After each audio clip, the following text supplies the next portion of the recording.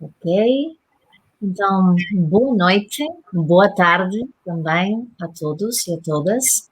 Que bom estar aqui, espero que esteja tudo a funcionar e me consigam ouvir bem. Estou aqui muito bem acompanhada. Daqui a nada vamos a introduzir aqui a meus queridos companheiros, amigos, colegas também. E hoje ainda, por cima, eu que a minha origem é espanhola, é a noite de São Juan. É uma noite especial, uma noite de celebração de alguma forma retirar o velho, é uma noite de transformação, retirar o velho e receber o novo.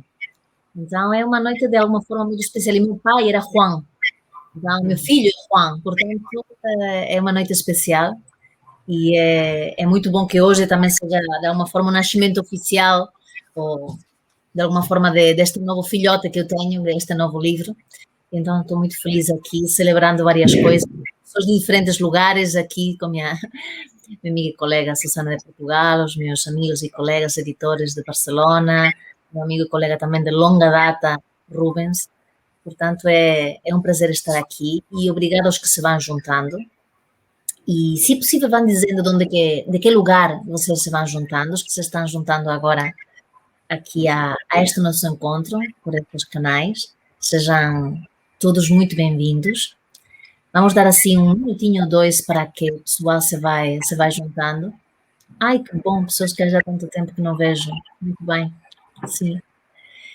E respirar aproveitando que esta noite é uma noite, ou uma tarde, neste caso uma noite lá, os lugares onde se celebra esta festa de renovação, que também é um dos objetivos desta criação de material ou de ideias, que nos junta nesta área da psicoterapia e do crescimento pessoal. Estou vendo aqui que as pessoas estão colocando de onde vão já, muito obrigada, de Brasil, de Almada, de Portugal, Mafra, e pouco a pouco nos conectamos. Eu peço desculpa às pessoas que sentem que esta hora é muito tardia, para o Brasil é mais cedo, para Portugal é 23 horas, sei que é muito tarde. Conciliar os horários quando trabalhamos internacionalmente é às vezes nada fácil, para ter um horário que seja minimamente possível para todos. Portanto, iremos experimentando o que é o mais dinâmico para nós fazermos movimentos quanto mais humanos, melhor. Portanto, ai que bom, São Paulo, Joana, muito bem-vinda. Pessoas tão queridas, colegas com tanta experiência, alguns cheios de força, super novos, já fazendo coisas tão interessantes. Portanto, vamos ir começando, é um prazer estar aqui. Se calhar vou já dar a palavra aqui à minha colega, que tem sido um prazer também a colaboração dela no livro e imprescindível para meus idiomas, que acontece que, embora falo vários idiomas, neste momento, como eu costumo dizer, falo todos mal. Me comunico, mas falo todos mal. Até mesmo a minha língua materna precisa correções, portanto, para ir num português correto, tive aqui uma ajuda maravilhosa e então gostaria que agora a Susana tomasse a palavra e, por tudo, te agradecer estar nesta caminhada e o fascinante e maravilhoso tem sido cada vez te conhecer melhor e compartilhar contigo tantas coisas. Obrigada, Susana. Força aí. Obrigada, boa noite a todos. Vou falar no meu português de Portugal, mas devagar, para que no Brasil também possam entender. E estamos aqui muito bem acompanhados, né, com a Mar, a autora do livro, com a Montes e com o Miguel, os editores do livro, com o Rubens, que também participou no livro e que é uma presença ativa aqui sempre em todos, nesta área também da psicoterapia e da psicossomática. E vou então apresentar, claro que todos são subejamente conhecidos, mas se tiver alguém que não conhece ou quer saber um pouco mais, vou falar um pouco só sobre eles, começando pela Mar, pela Maria del Mar, né? Que é diretora do centro do CPSB em Portugal e em Espanha desde 2016, é psicóloga clínica, psicoterapeuta, é doutorada em psicossomática e biologia neural, tem um monte de formações que apresentar todas aqui seria muito extenso, né? Mas posso falar do psicodrama, PNL, biossíntese, naturopatia, homeopatia, enfim, todas as formações possíveis. Acho que a Mar, não sei como é que ela encontra tempo, mas já tirou de tudo um pouco, e daí também o seu conhecimento tão transversal e tão de tudo, e podendo abranger todos os assuntos que cabem na psicoterapia e na psicologia, e que a Mar conhece muito bem. É autora de um outro livro, que é A Arte da Mar a 3, Eu, Tu e Nós, criadora da formação em psicossomática e epigenética, em psicoterapia somática, e também criadora do curso de terapia de casal. Hoje está aqui para nos falar deste livro, e por isso é sobre isso que vamos falar, um pouco sobre estes 12 temas, falar sobre alguns, ou dos que compõem o livro e que são todos temas atuais. E aproveito já para apresentar também aqui a Monte Baró e o Miguel Ângel, que, para além de psicoterapeutas, são os editores e sócios da ACA Books, que publica este livro com esta capa tão bonita, e que é uma editora internacional que publica em Espanha, em Portugal, no Brasil, especializada em psicoterapia, em psicologia e em desenvolvimento pessoal. Portanto, uma editora muito vocacionada para estas áreas de desenvolvimento pessoal. Por fim, mas não menos importante, tenho o prazer de apresentar também o Rubens, professor, psicoterapeuta, pesquisador, doutorado pela Universidade de Bolonha, com mestrado pela PUC de São Paulo, e que também se dedica a todas estas áreas e todo o estudo na área da psicoterapia, com diversas formações, que estuda temas desde o Reich, a psicoterapia corporal, comunicação não verbal, neuropsicologia, filosofia, enfim, também aqui com conhecimento bastante extenso, e que também participa aqui no livro e que também tem uma visão sobre todos estes temas. E se calhar vou começar mesmo por si, Rubens, por lhe perguntar como é que vê este livro, ou a importância deste livro no panorama atual, em que é que ele pode ajudar os leitores, sejam eles psicoterapeutas, sejam eles curiosos desta área. Ok, boa noite a todos que estão nos escutando aí, já mandando algumas mensagens muito simpáticas. É um prazer, de fato, estar aqui com vocês, é um prazer estar aqui com você, Maria Delmar. Primeiro, eu queria agradecer o seu convite muito honroso de me dar a oportunidade de escrever o prefácio do seu livro. De fato, um lugar de muita honra, não é? Primeiro, por ser um livro seu. Segundo, por você ser uma das raras autoras na nossa área, não é? Por alguma razão, hoje um pouco mais, talvez, mas por alguma razão, os psicoterapeutas das áreas ligadas à Reich, das áreas ligadas ao corpo, não é? Escrevem muito pouco, são todos muito bons clínicos, mas escrevem muito pouco. Então, é um valor imenso você ter se dedicado a escrever esse segundo livro, né? Vou começar falando primeiro sobre o título do livro, sabe? Mover o pensamento, sentir o movimento, né? Eu acho que o título, ele por si só, ele já abre um espaço de reflexão, de experiência muito grande. Tipo, mover o pensamento, sentir o movimento, não é? Ou seja, como transformar ou como viver com os seus pensamentos e dar movimento a eles. Sentir e dar movimento a eles, né?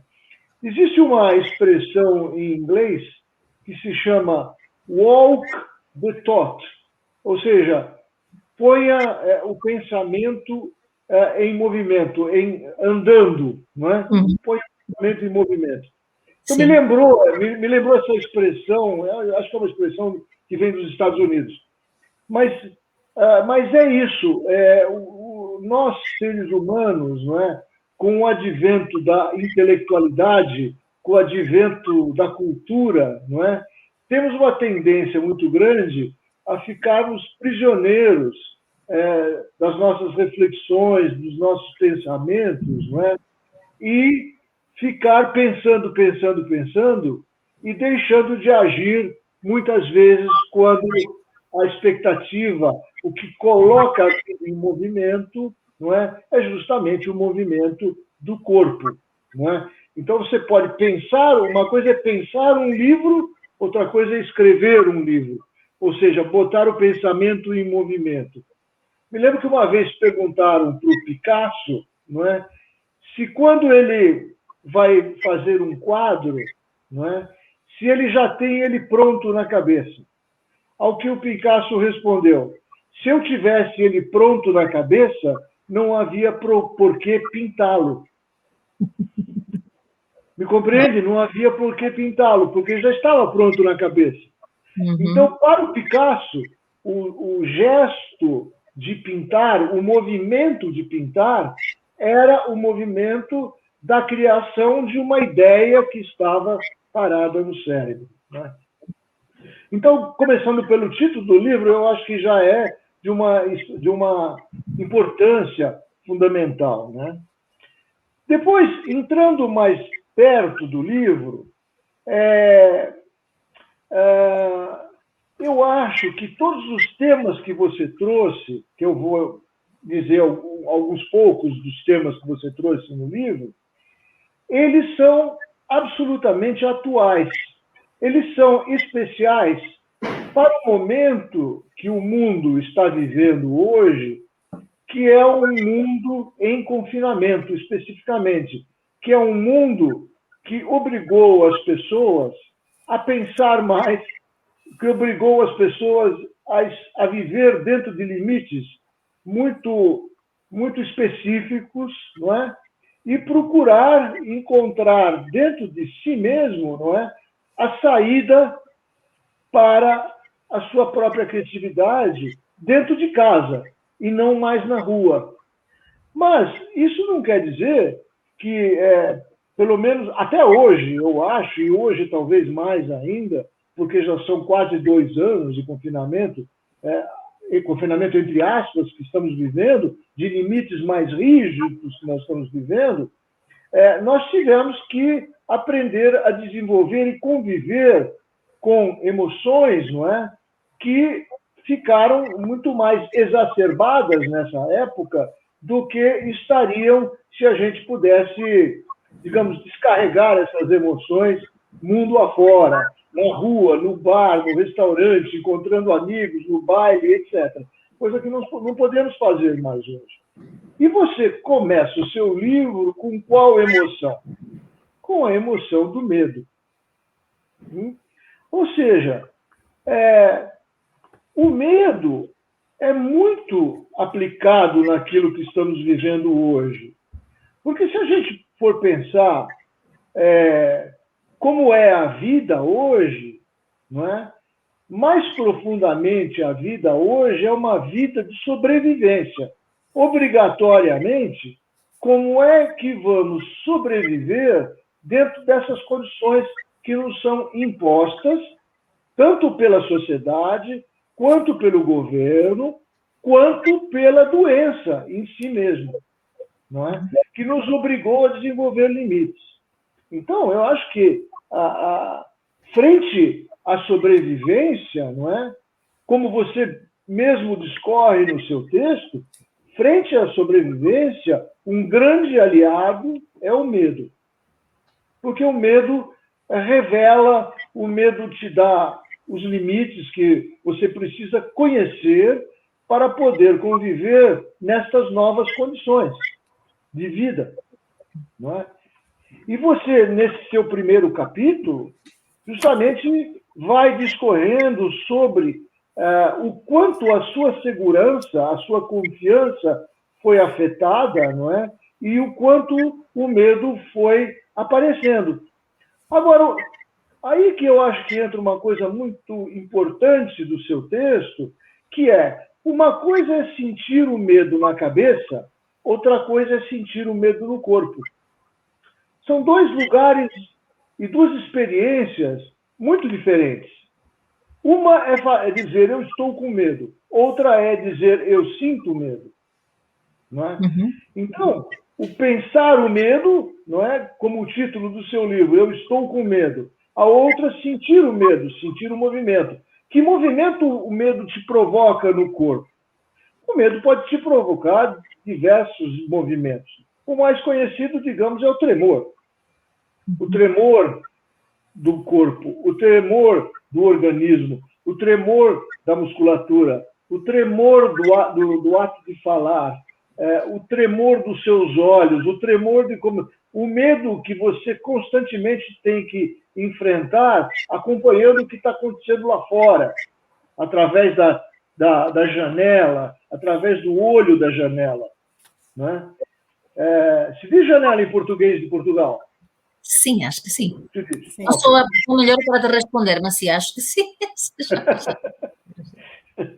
Então, essa relação que você explora em todo o contexto do seu livro, entre cabeça e corpo, entre cérebro e organismo, entre sistema cortical e sistema subcortical, todo esse diálogo, essa sintonia que existe e que a gente mais e mais precisa conhecer, o seu livro vai nos levando a isso.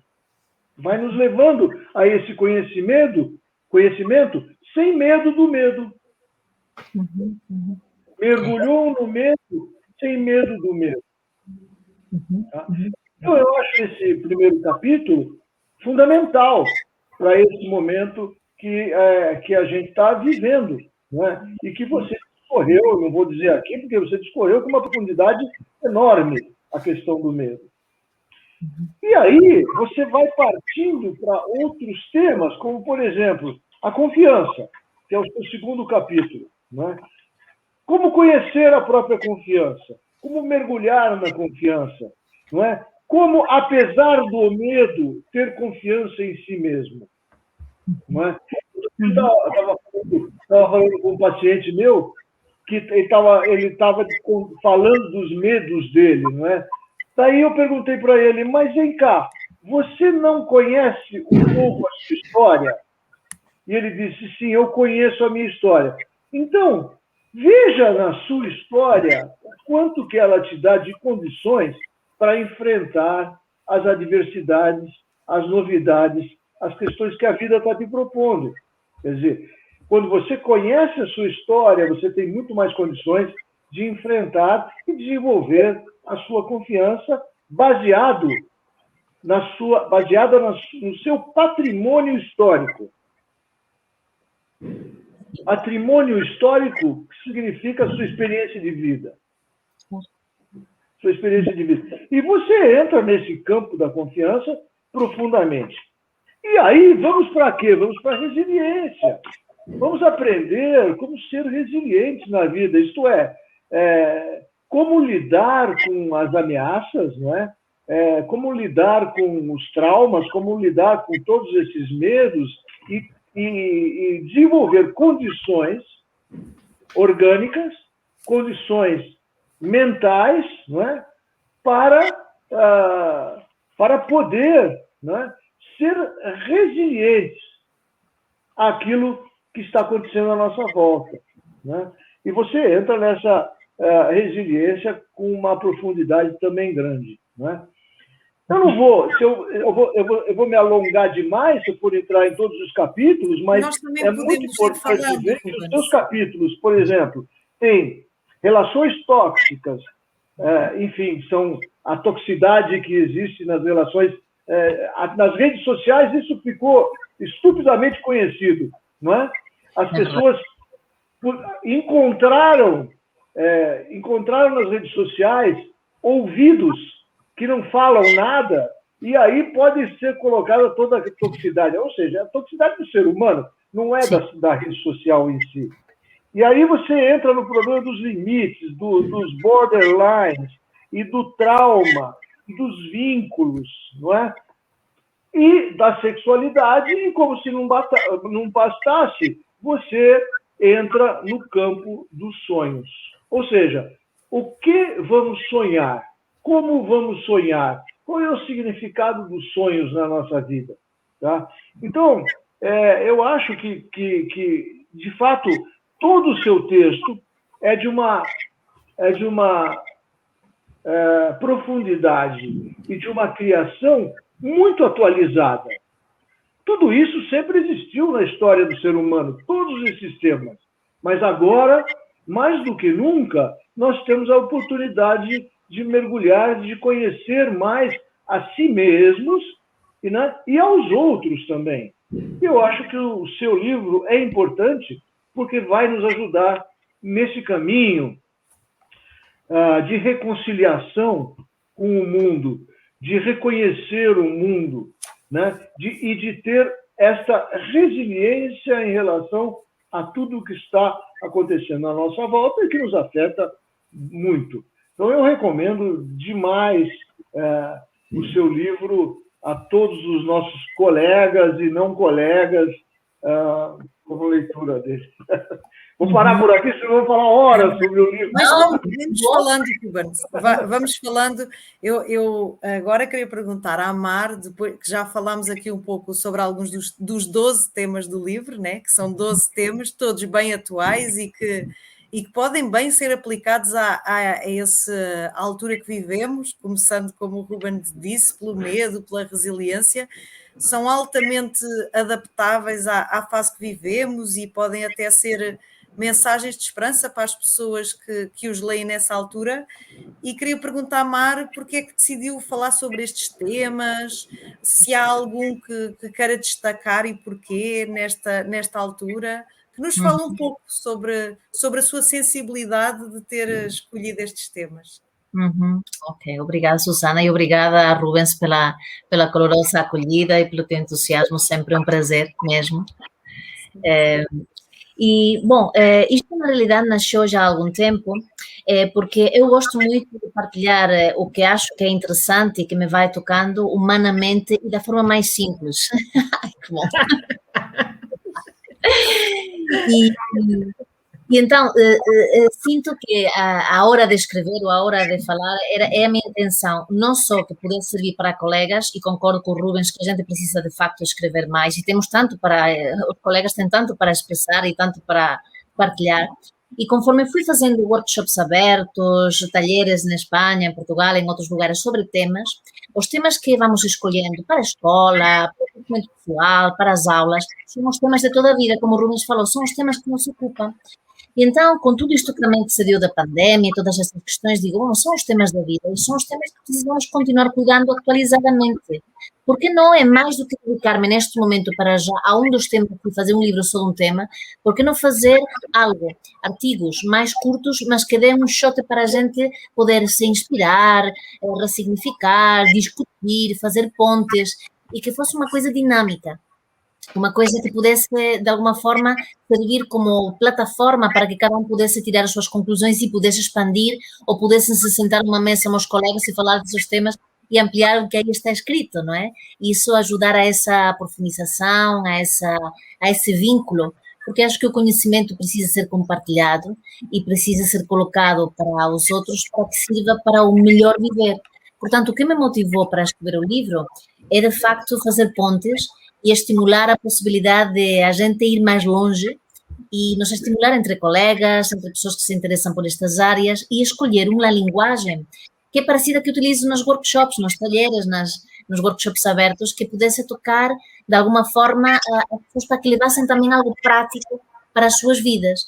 Porque, afinal de contas, somos psicoterapeutas e gostamos mesmo da ação e de fazer, mas há que deixar algo também consistente para poder partir de aí e depois navegar e até criar outras coisas. A ideia deste livro é ser um primeiro volume de outros vários livros com 12 temas também, desses muitos temas que vão aparecendo. Portanto, em realidade, embora não está colocado aí, este livro é o primeiro volume de temas de interesse que eu acho que podem ser práticos e que ajudem a à nossa área e que também possa ser lido por pessoas que são curiosas. Portanto, esse foi o principal objetivo do meu livro. Vamos ver se cumpre esse Sim. trabalho. Obrigada, Mara. Vou aproveitar para perguntar aqui à Montes e ao Miguel Ângel, para quem é o público deste livro? Quem vai se interessar por este livro ou pode tirar uma mais-valia de ler este livro? Todas las personas que sean curiosas en estos temas. Perdón, mas no falo portugués. Sí, hablo español.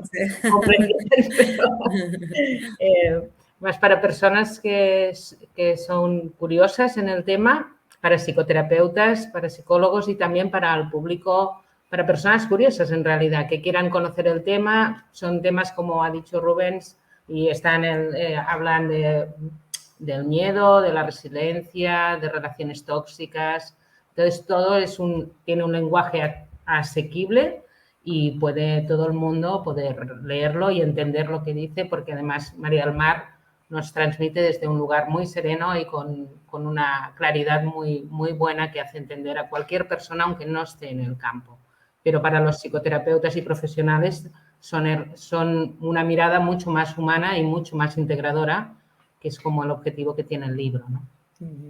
E crees que este também livro de desenvolvimento pessoal para todos os que se queiram conhecer melhor? Por supuesto, es un libro de desarrollo personal, sí. Sim, ok, graças. Vou perguntar também, porque acho que as pessoas já que estão aqui ao vivo e que já nos estão a ver, já estão muitas a perguntar como é que podem fazer para comprar o livro. Vou aproveitar para perguntar já, para quem está na live possa saber isso. Sí, el libro se puede comprar en Brasil en umlibro.com. Pondremos el link en algún lugar. Directamente en el proveedor de Brasil, umlibro.com. Y en Europa se puede comprar en amazon.com o en nuestra página web, acabooks.com también. Está disponible. Vamos depois pôr aqui no chat, nos comentários. Sí. Ponemos en los comentarios. Lo pondremos en los comentarios. Ok, muchas gracias. Perdón, Susana, el libro está tanto en papel como en edición digital, en ebook, sí. Y se puede comprar en cualquiera de los formatos. E como psicoterapeuta, ¿te gustó leer el libro, sí, Miguel? Mucho. Además, es un libro muy curioso porque yo hago esto con el libro y digo, relaciones tóxicas, interesante. Digo, reparación del trauma. Qué interesante. Entonces, son temas como muy puntuales, son como mini relatos, en cierta forma, que ayudan a conectar con algo tuyo y que además, como psicoterapeuta, ayuda a conectar con el cliente y verlo desde otro lugar, siempre desde un lugar muy amoroso, muy integrador, muy humanístico. Sí. És quase um manual de consulta, não é? Dá para ir tema por tema. Se queremos saber um pouco mais sobre algum tema, vamos ler naquele momento e ficamos com uma ideia, não é? Sí, es un libro que da como pistas, da como ideas. Está muy bien. Ok, obrigada. Mar, abri aqui o livro no capítulo 3, que é a resiliência pessoal ou o poder transformacional das crises. E acho que não tem tema mais atual que este. E gostava de ler aqui 2 linhas do início para a Mar comentar, porque acho que todos vão ter interesse. Então, a Mar diz: a crise tem 2 polaridades, o perigo e a oportunidade. Se ficamos no perigo, a situação mete-nos medo, assombra-nos, podemos ficar colapsados, presos ao momento negativo. Já a oportunidade surge quando percebemos um determinado sentido da crise. Acha que estamos a viver um momento assim, Mar? Sim, sem dúvida. Este é um momento que envolve crise, perigo, possibilidades. Deixa de ser um momento com uma possibilidade muito grande de transformação, mas deixa de ser um momento que envolve um risco E como toda crise, se a gente estuda a história, e eu acho que o psicoterapeuta precisa, para além de estudar a história do seu cliente, ou de aceder, ou de fazer contato de alguma forma em segurança, precisa de conhecer a história do ser humano. O ser humano se desenvolve, na realidade, após ou durante crises. As crises, de alguma forma, são as possibilidades que nós temos de encontrar os nossos recursos, de pararmos com as nossas dificuldades. E o estresse, digamos, bom, é o estresse que eu identifico de ter que colocar-me nesse alerta, esse medo bom, em que no estresse é um desafio. E ao ser um desafio, eu posso ativar-me e abrir a parte criativa. E a parte criativa me devolve a vitalidade, me devolve a possibilidade de reinventar-me, me devolve a possibilidade de contactar com coisas que não me atrevia até esse momento, com a coragem. Então, é uma oportunidade. Mas se na crise eu de alguma forma me conecto só com os medos, com a angústia, com o que vou perder e não com o que eventualmente posso ganhar ou posso me dedicar, realmente a crise não só tem o problema de aquilo que já se apresenta, fica com dois problemas. O contexto que se criou, o inesperado, a surpresa, a dificuldade e a minha própria postura que não se relaciona, que tem dificuldade de relacionar-se com essa mudança, com esse lugar de perca de segurança ou de dificuldade que apareceu. Portanto, não podemos separar o objeto do observador nem o criador de sua obra, não é? Nós estamos co-criando o tempo todo a nossa realidade e, embora isto teoricamente pareça muito simples e depois, à hora da verdade, haverá muitas pessoas que ouçam e digam pois, mas quando a pessoa está passando um péssimo momento, só é terror, ou dor, ou medo, ou angústia.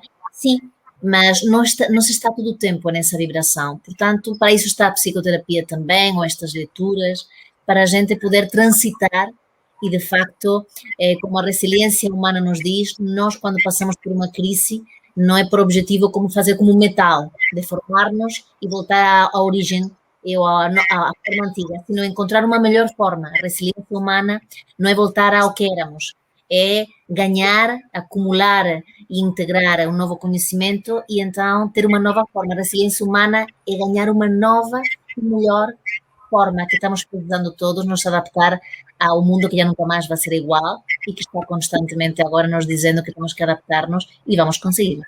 Sim, e aqui a psicoterapia, o apoio, acaba por ser muito importante. É uma profissão que vem muito agora a ser necessária, não é? Para ajudar as pessoas com essas pistas de que o Miguel falava, dar pistas, podemos dar pistas às pessoas para que possam ver o melhor e que possam fazer da crise uma oportunidade em vez de algo muito mau, não é? Sim, também, Susana, é isso, fazer algo mais transformador e mais acessível. E também um dos objetivos do livro é desmistificar a psicoterapia e torná-la mais compreensível de como é que me pode ajudar, o que é o estado de felicidade, o que é um processo integrador, o que é que a gente faz realmente no consultório, por que a gente tem que navegar por estas áreas e também retirar a idealização de que a gente tem que ser perfeito, feliz, iluminado. Não. A gente já, como muitas vezes eu digo, viver numa cidade como São Paulo, como Rubens vive, ou em Lisboa, ou em Barcelona, ter uma vida, uma família quem tiver, vínculos, ter um trabalho, desenvolver o crescimento pessoal, ter um autocuidado e minimamente estar atentos, para mim já é super iluminados, porque fazer tudo isso com a loucura que está à volta, manter esse centro, já é um processo de equilíbrio e resiliência maravilhoso, porque o que nós temos à nossa volta, há coisas maravilhosas acontecendo, mas também um mundo que ficou super rápido, muito exigente, temos pouco tempo, há quase pouco tempo para ir para dentro e para fazer essa reflexão, não é? Portanto, também é um objetivo de calma, vamos então a ver que caminho a gente está tomando na vida, que é o conceito da felicidade e da parte integradora, e tu sabes muito bem disso também como autora e escritora, que a gente precisa desse tempo, né? O Rubens, que também é escritor, sabe, né? Como é que a reflexão, a comunicação, o processo interno de voltar a nós para nos perguntarmos qual é o sentido de colocar-me desta forma, né? Quão é importante isso. Portanto, é uma reflexão também para a gente, mais do que colocar o perigo, o susto, a coisa fora, observar tudo isso, sim, mas ir um pouco com outra qualidade para contactar com se calhar, a melhor versão de nós, que às vezes está para vir. Às vezes ainda não está no seu melhor potencial, não é? Poder digerir as emoções, não é? Não deixar que só emerjam as dificuldades, mas poder digerir o que fica do que passa. Quando um evento passa, o que é que ficou, não é?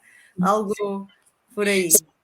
Fazer uma digestão de tudo, não só do bom e do mau, senão poder fazer uma boa ensalada, uma boa paella, seria no meu caso, uma boa feijoada, como quiserem, com todos os ingredientes necessários para que isso seja algo mais nutritivo, porque a vida está cheia de cores, não é só bom nem mau. Por isso eu costumo dizer, não há experiências na realidade boas e más, a gente polariza. Na realidade, a vida está cheia de experiências de todas as cores, e é da nossa criatividade humana e resiliência olhar para aquilo como uma experiência, um laboratório humano que tem que ter também crise, tem que ter também a descida da crise e o prazer. É por isso que a gente aprecia a alegria e a felicidade, porque conhece a sombra, a luz, não é? E olhar para as experiências cada vez mais como algo necessário no ser humano e que está cheia de cores, polaridades, e em terapia nós sabemos muito bem isso, não é?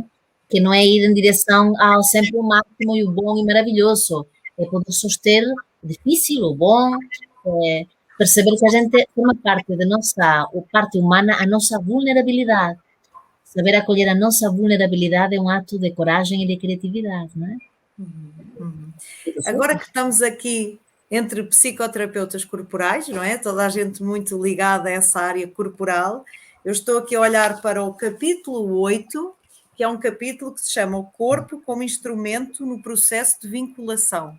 E gostaria que comentassem um pouco essa importância de podermos vincular com o nosso corpo, com todos os sentidos, para além do verbal. Ainda mais agora que andamos de máscara muitas vezes e que não podemos transmitir tudo pelo visual, como é comunicar com o corpo, claro, e curar com o corpo.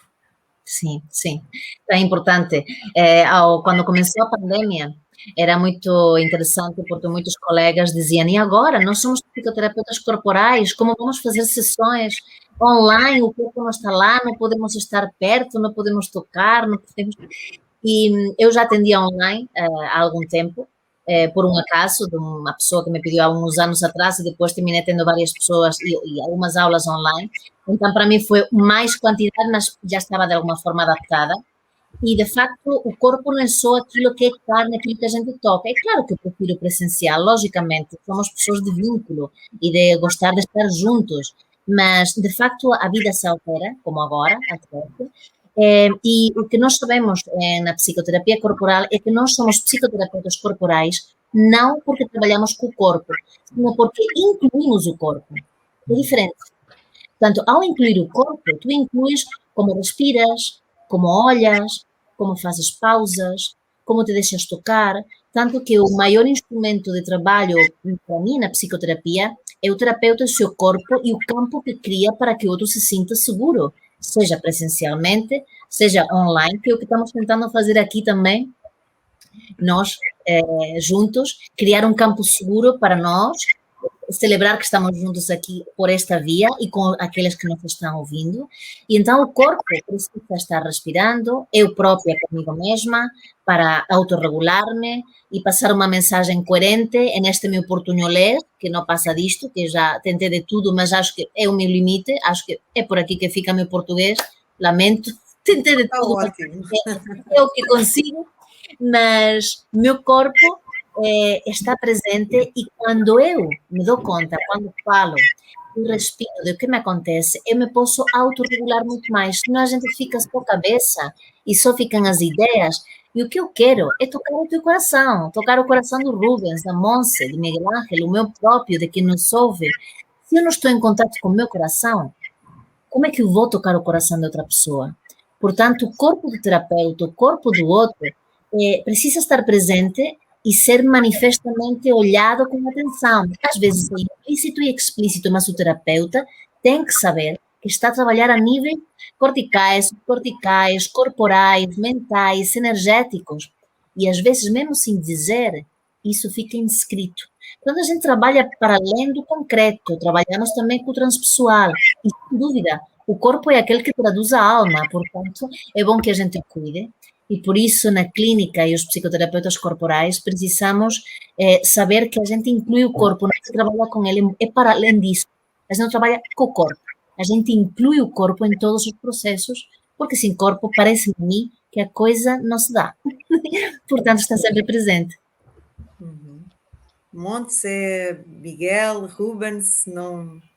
Eu acho que o que você está trazendo, Maria, é muito importante, porque durante esse período que nós estamos vivendo, não é?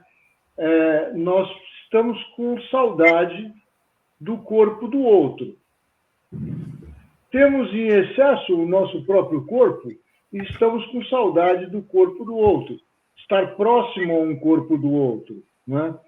Como, por exemplo, quando você vê alguém sofrendo e que, às vezes, só o abraço é a solução para aquele sofrimento, porque naquele abraço há uma digestão, há uma regulação interna, não é? De homeostase, em que o corpo se acalma, ele tem um lugar para existir. Um corpo existe junto com outro corpo. E muitas vezes a gente diz que um corpo é grounding para o outro corpo. Grounding é raiz, é enraizamento, é solo, é chão para o outro corpo. Não é? Na sexualidade isso fica muito evidente. Não é? Um corpo é grounding para o outro. A relação da mãe com o filhinho no colo, como, por exemplo, a gente estava vendo aí agora há pouco, uma mamãe com um filhinho no colo, a mãe é grounding para essa criança e a criança também é grounding para a maternidade, né? E a questão do estresse que estamos vivendo pela falta do outro corpo ou do corpo do outro, não é? Isso cria um estresse. A falta cria um estresse, né? E nesse momento, eu acho que também é muito importante que a gente não arranje soluções, não é? Mais simplistas, soluções da alegria, da felicidade e tal. Mas não, como a Suzana bem lembrou, como digerir aquilo que de fato está acontecendo, não é? Como que o seu corpo pode acolher, não é, aquilo que de fato está acontecendo com você, sem necessariamente ter que fugir, não é? Fugir da dor, fugir do medo, sabe? Fugir da raiva, mas como lidar com essas emoções mais primitivas, mais primárias, né, que a gente tem, e deixar que o corpo digira, não é? Não é a mesma coisa que engolir. Digerir é diferente de engolir, não é? Digerir significa deixar passar e ocupar o seu corpo, passar pelo seu corpo, não é?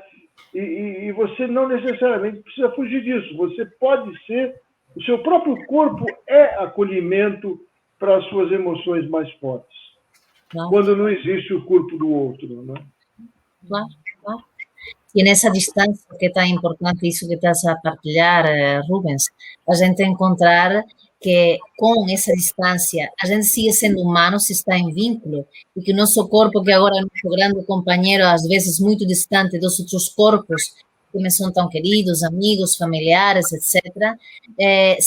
Neste momento de transição, porque será durante uma temporada, esperamos que assim seja, também se sigue preparando e está disponível para o contacto possível neste momento. E como tu dizias, não ir para uma coisa simplista de que parece que está tudo igual. Não está tudo igual, mas nós podemos lidar com a diferença que há agora. Isto que está acontecendo é real, há uma distância real, e não posso fingir que não existe. Ela existe e me tenho que relacionar com ela. E meu corpo também se tem que relacionar com ela. E por isso meu corpo é um instrumento de trabalho para a experiência que a vida me dá com todas as suas cores.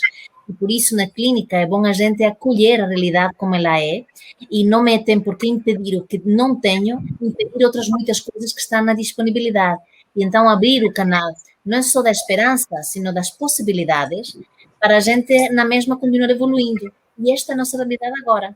E continuaremos sendo humanos e continuaremos em contato com os nossos recursos, nossa vulnerabilidade, mas ao mesmo tempo temos que nos cuidar e não fugir da realidade como ela é neste momento.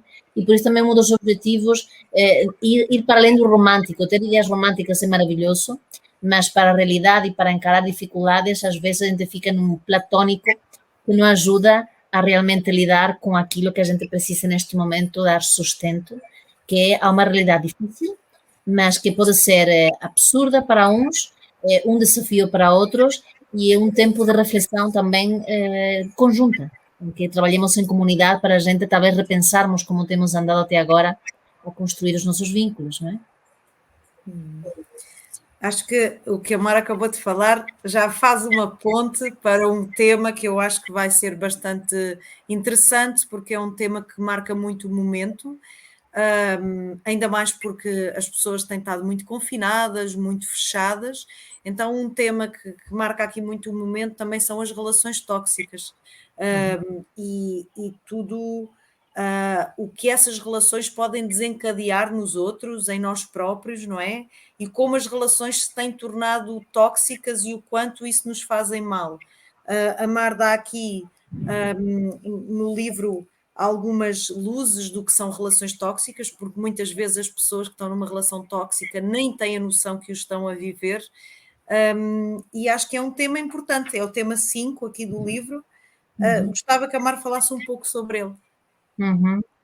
Bom, relações tóxicas, às vezes a pessoa de facto não se apercebe que está de alguma forma sequestrada emocionalmente pela sua própria expectativa de ter algo ou ter escolhido algo que acha que nesse momento é o possível, seja porque tem baixa autoestima, seja porque tem crenças de que não merece mais, seja porque está num momento de muita vulnerabilidade e alguém ou um grupo, ou mesmo uma relação romântica aparece como uma salvação, mas de facto o estado em que nós estamos perante as experiências que nos vão acontecendo nos coloca também uma série de situações que estão constantemente sendo possibilidades.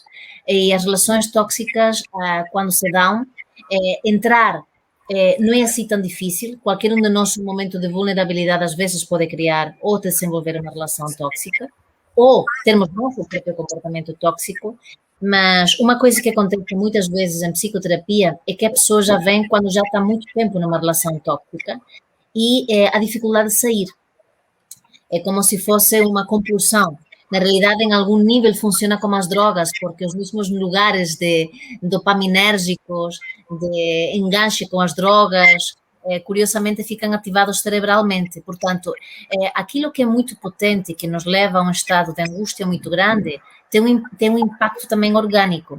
E nas relações tóxicas, curiosamente, o cérebro e o nosso corpo funcionam como se tivesse uma adição, somos aditos a essa situação, mesmo que a nossa mente, que às vezes mente, mas a nossa mente nos diga também até, talvez eu teria que me ir embora, ou quero ir embora, mas não posso.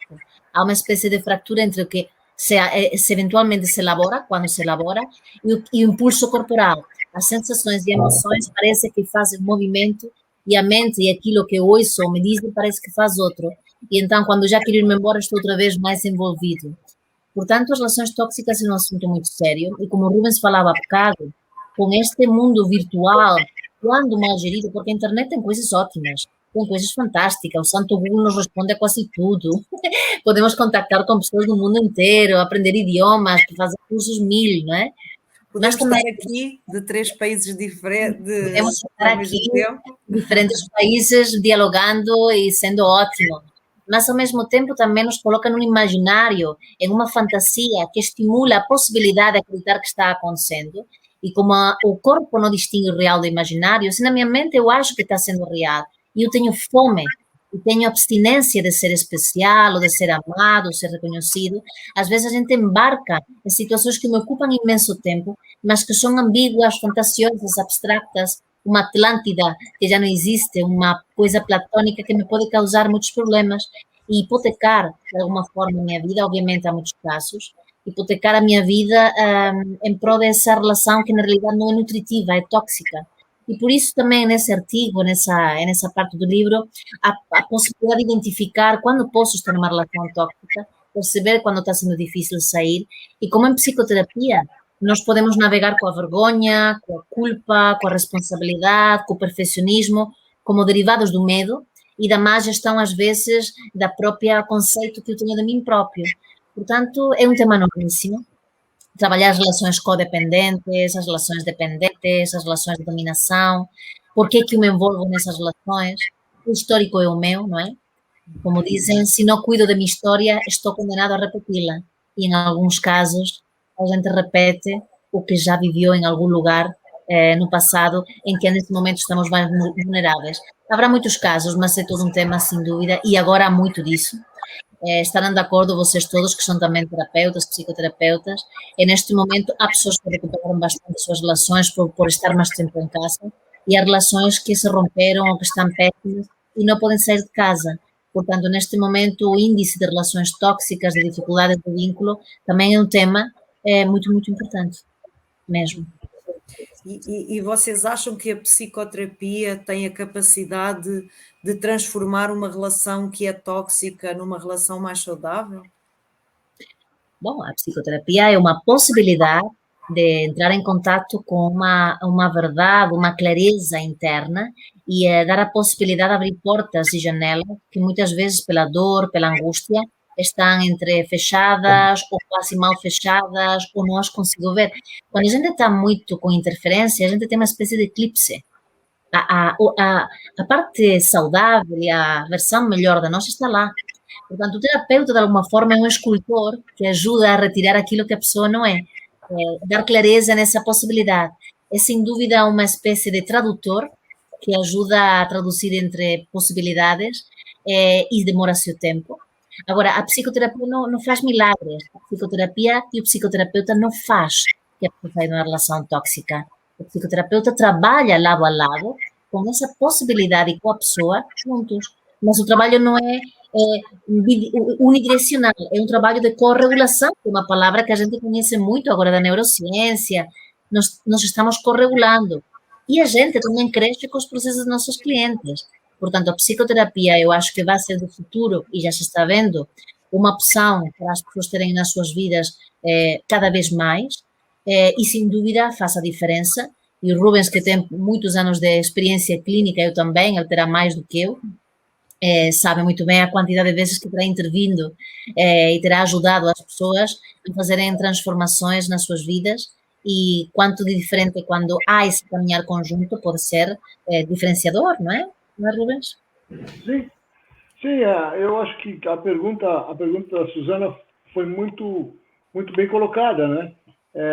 E a sua resposta também muito bem colocada. Eu só gostaria de acrescentar uma coisa importante que tem a ver, de fato, com o que você estava falando, quer dizer, os limites da psicoterapia, né? Até onde aquele falo absoluto, não é, que resolve todos os problemas, quem acredita nisso não está vivendo a realidade, né? Mas não quer dizer que, enquanto a gente está trabalhando, vamos trabalhar. Enquanto trabalhamos. Vamos ver se vai ser possível, né? Mas eu queria acrescentar uma coisa em relação à questão do tóxico, porque alguém que chega a ser tóxico, ou alguém que está adito, não é, às relações tóxicas, muitas vezes não é alguém que tem consciência que está vivendo a sua toxicidade, não é? E aí complica bastante, porque essa pessoa, não é, que é um adito tóxico, aquele que não tem consciência do mal que está fazendo ao outro e do mal que está fazendo a si mesmo, só vai perceber isso o dia que sofrer um baque, uma força, por exemplo, uma separação, por exemplo, um gesto que desafie, não é, a moral social no sentido policial, por exemplo, alguém que de fato faça alguma coisa de ruim e que receba um troco, não é, que leve essa pessoa a um sofrimento. E ela vai se perguntar, eu não fiz nada demais, por que eu estou sofrendo? Não é? Aí, quem sabe essa pessoa pode procurar um psicoterapeuta, não é? E fazer essa pergunta, eu não fiz nada demais, por que estão fazendo isso comigo? E aí, abre-se a porta, não é? Para conhecer um pouco mais, não é? Esse lado que a pessoa tem e não é consciente da sua própria toxicidade, não é? E tem muita gente que vive disso e que o tóxico se transforma em perverso. Sim, é verdade. Não é? E o perverso, ele arranja um lugar na vida onde ele possa existir, porque sempre ele vai encontrar alguém que complementa essa perversidade. E aí, a perversidade, de novo, só vai ficar clara quando aparecer um sofrimento, né, que vai obrigar essa pessoa a procurar ajuda para entender o que está acontecendo. Ou alguém vai tentar conscientizar, né, essa pessoa desses fatos. Não é? É complexa essa história, não é? Muito complexa. Rubens, você acha que muitas vezes tudo isso acontece porque já é um padrão repetitivo que a pessoa já teve no passado, essa toxicidade ela já a viveu e por isso vai atrair-se por ela porque lhe é familiar? Muito, muito possivelmente, Suzana. Quer dizer, quando a Maria discorre sobre epigenética, quer dizer, ela vai trazer justamente as heranças que nós temos do nosso passado, né? E muitas vezes o comportamento familiar, nós carregamos, nós portamos o comportamento familiar e transformamos a nossa vida na mesma vida que os nossos ancestrais tiveram, né? Muitas vezes a pessoa ela é responsável, né, para romper com essa corrente que se repete, o que torna a coisa ainda mais complexa, porque você não vai simplesmente mudar o seu comportamento.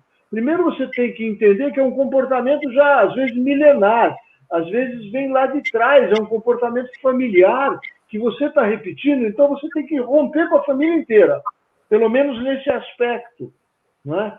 E você fica o responsável para mudar o futuro, o seu futuro e o futuro dos seus filhos, daqueles que virão depois de você. É muito complexo. Eu estava falando com uma paciente outro dia que onde a toxicidade dela aparecia da seguinte forma. Ela tem 40 anos de idade, é psicoterapeuta também, e ela começou a perceber um tremor no braço. E ela estava achando que aquele tremor era muito normal, porque a mãe dela teve, porque a avó dela teve, porque a outra avó teve. Então, é alguma coisa que ela estava carregando em si mesma, que era muito natural, não é? Sem se dar menos a possibilidade, né, de pensar, por que eu estou tremendo? O que está acontecendo aqui? Como é que eu posso pesquisar esse tremor no meu braço? Em vez de simplesmente aceitar a ancestralidade, né? Então é muito curioso como as coisas se repetem. Sim. São coisas que, não sendo normais, foram normalizadas pelo tempo, né? É como, por exemplo, quando eu vejo meu filho fazendo uma coisa muito parecida comigo e que eu não gosto em mim, eu me surpreendo, entendeu? O meu filho repetindo alguma coisa que eu faço e que eu não gosto em mim. Pois, tantas histórias, não é? Esta confusão também que há entre a intensidade e a qualidade ou a profundidade, que é uma coisa também que tem muito a ver com o que nós estamos falando. Quando a gente não se dá conta da realidade e normaliza, etc., ou entra nessas coisas mais compulsivas, a gente confunde muito que o intenso é bom, e em realidade pode não ser nem qualitativo, em ser profundo. E por isso estudar a transgeneracionalidade, a sistémica, também é super importante. E o Rubens, porque tem consciência de dar conta disso com o seu filho, mas há quem não se dá conta e ainda por cima arranja uma briga. E então arranja um problema. Mas este repensar-nos e esta consciência de nós mesmos, eu acho que é uma responsabilidade para a gente também criar um mundo melhor. Esse também eu acho que é o nosso objetivo enquanto psicoterapeutas. Não tanto o megalómano de mudar o mundo, mas pelo menos as pessoas que a gente tocar, que seja a possibilidade de a gente repensar um melhor eu, não é? Melhor eu com os outros, melhor eu na comunidade também, que estamos precisando de uma comunidade mais saudável.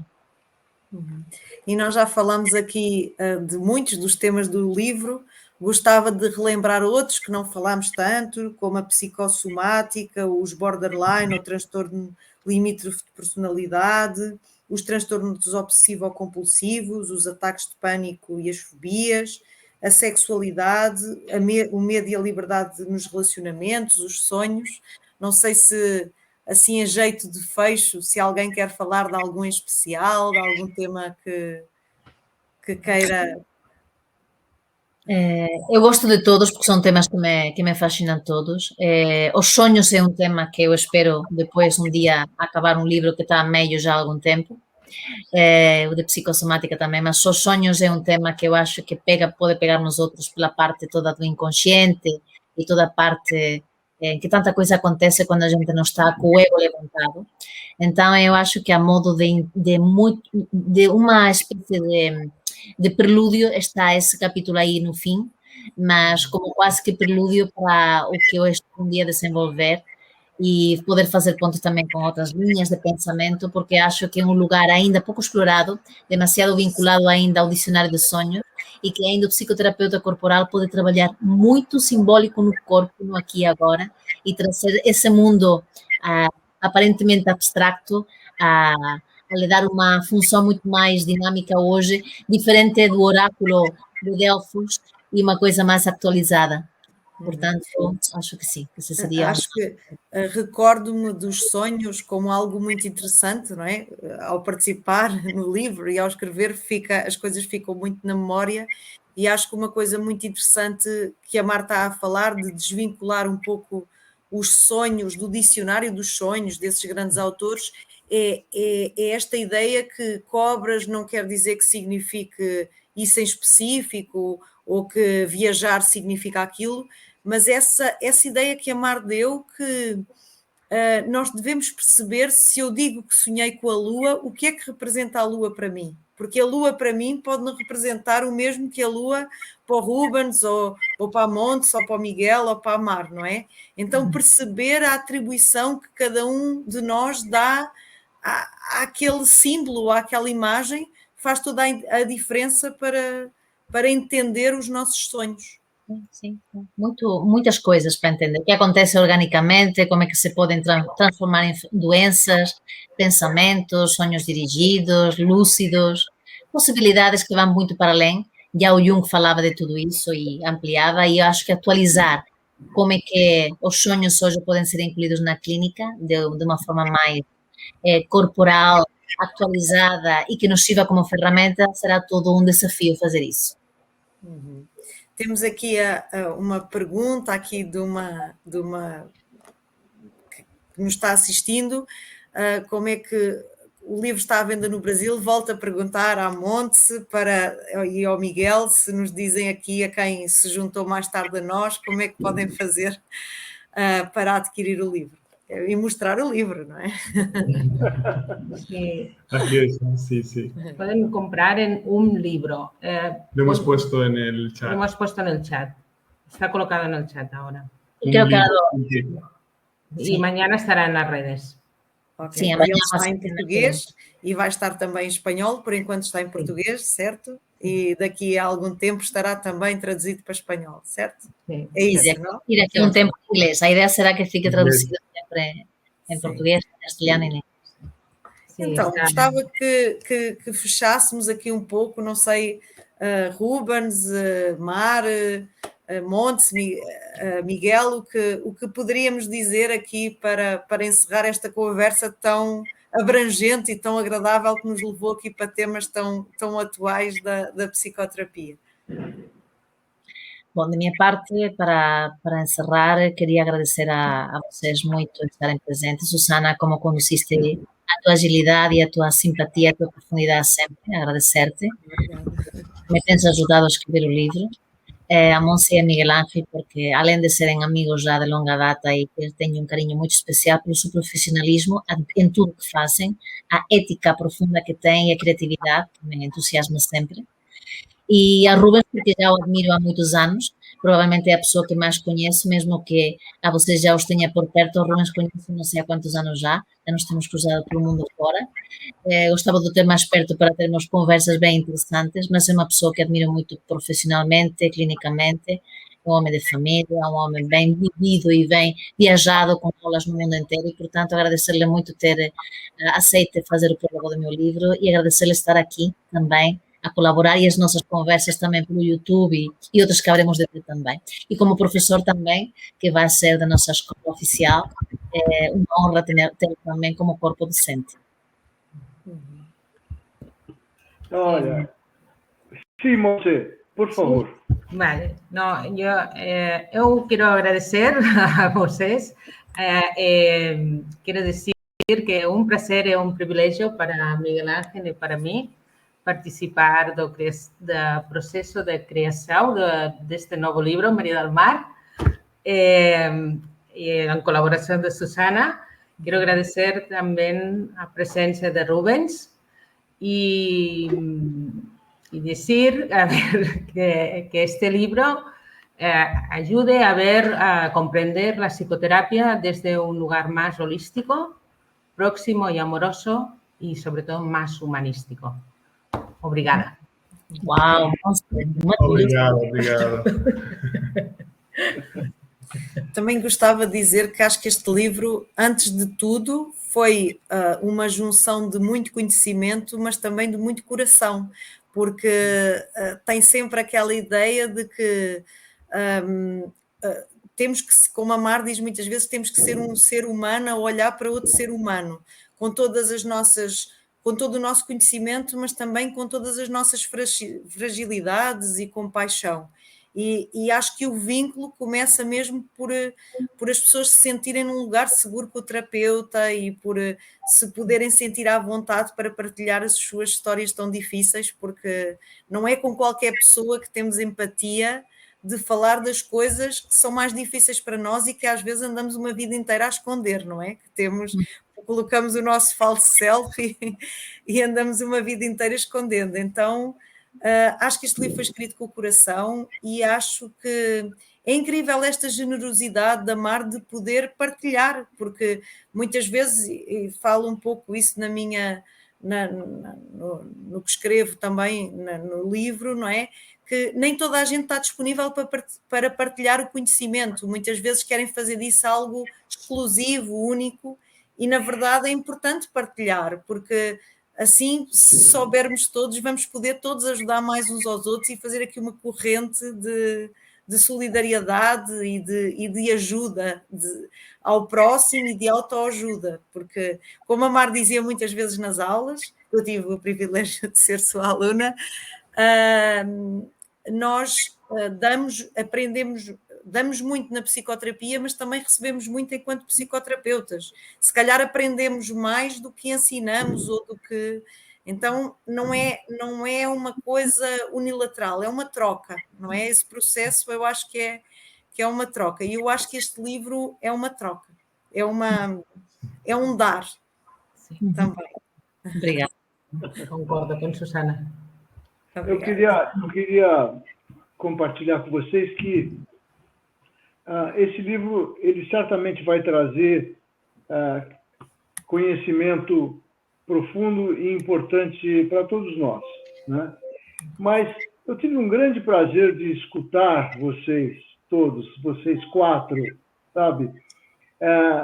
Uma escuta latino-americana, uma escuta em que o sujeito aparece através de uma portuguesa, através de uma hispano-portuguesa, que é Maria del Mar, e através de dois barceloneses, Montse e Miguel. E eu, certamente, com o meu português que vocês estão escutando aí, isso me preencheu de muito carinho, muito amor, de muitas possibilidades de compartilhamento e troca, não é?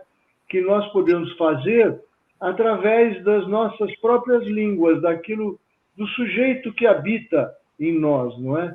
Então, eu só vi aqui pessoas plenas de sabedoria a compartilhar. Então, foi muito bom. Muito obrigado. Bom, Rubens, obrigada. A todos, obrigadas àqueles que estiveram presentes também, aqueles que estão agora online, que estão mandando mensagens tão bonitas. Muito grata a todos e espero que sim, sirva e continuaremos a caminhar entre todos, fazendo a nossa parte o melhor possível. Muito obrigada por este momento, muito obrigada, Susana, pela tua condução e espero que nos vejamos em outras aventuras destas caminhadas. E o livro. Muito obrigada a todos, boa noite, boas tardes, bom descanso, bom São Juan, aí em Barcelona, e até breve. Um beijo grande. Beijo para todos. Muito, muito obrigada. Obrigada. Obrigada. Obrigada.